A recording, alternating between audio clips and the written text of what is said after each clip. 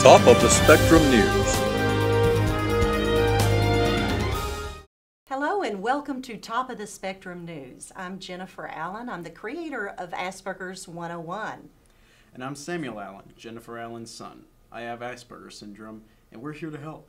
We certainly are, and we're glad that you're here. So let's roll up our sleeves and get started with our first guest. We are thrilled to be able to offer you Dr. Mark Ellison. Dr. Ellison has been recently named the Executive Director of the West Virginia Autism Training Center.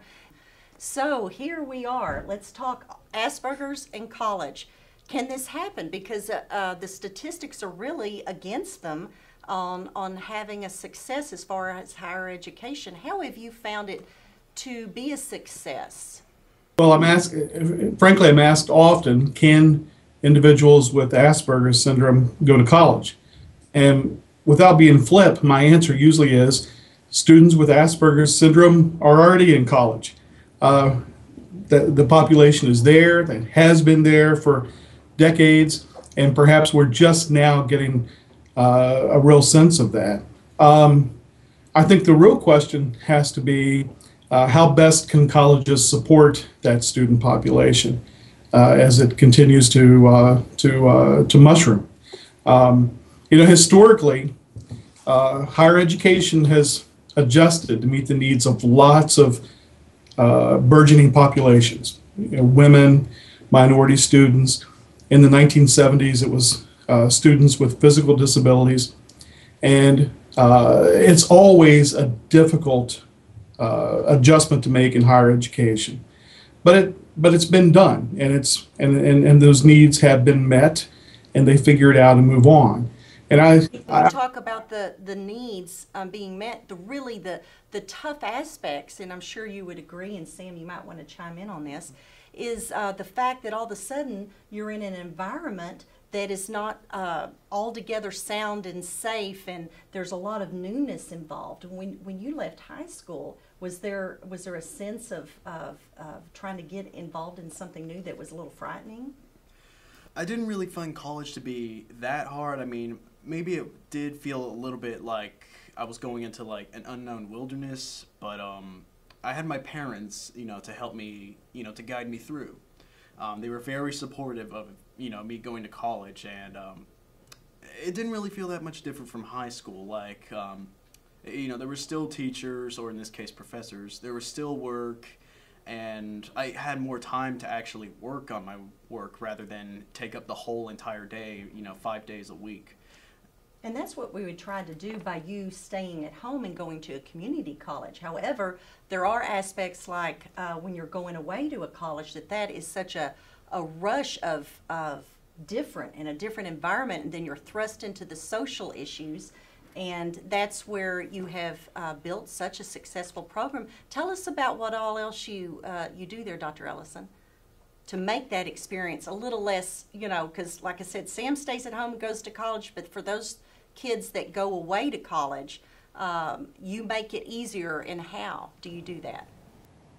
Well, the first thing that we do is try to help them have a practical experience on campus.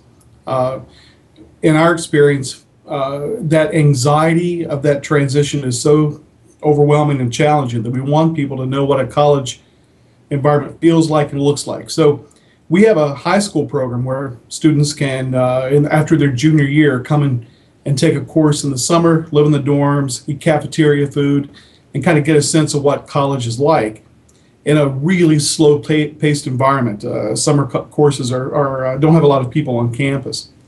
And in our full-time program for adult students really spends a significant amount of time helping people become comfortable on campus. The number one thing that we do, and we provide 15 hours a week of mentoring, we provide a significant amount of coaching and those kinds of things, but the number one thing that we do is create environments where people feel safe and feel part of a community. That's so important. And that to us is vital.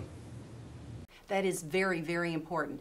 And by having them in the dorm there, you also, what I love about your program there is that you have people surrounding them, make sure that they get their homework completed. That's always, that can be sometimes a dicey thing. Also social interaction to help them with meeting somebody there on campus, and then even grooming.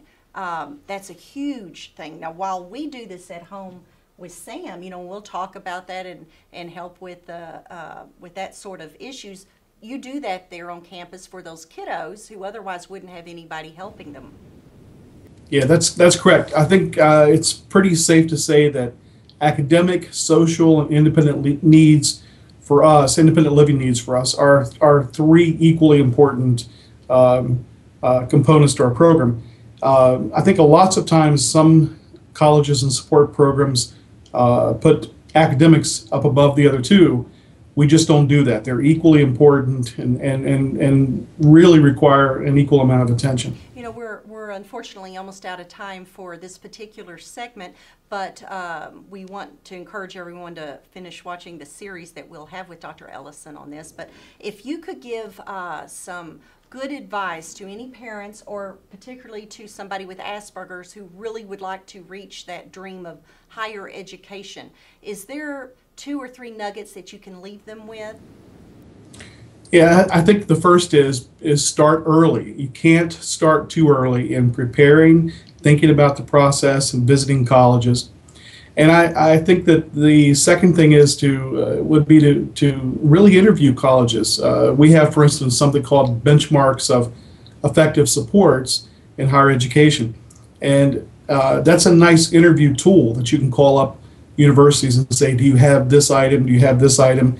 Really, I think parents have to be smart consumers of college services and help children get into programs and into universities where supports are going to really be designed to help students with Aspergers syndrome. Well, it's instrumental in getting them that help to help them to get all the way through, and it's so worth it. These are brilliant, beautiful minds, and the world needs them all.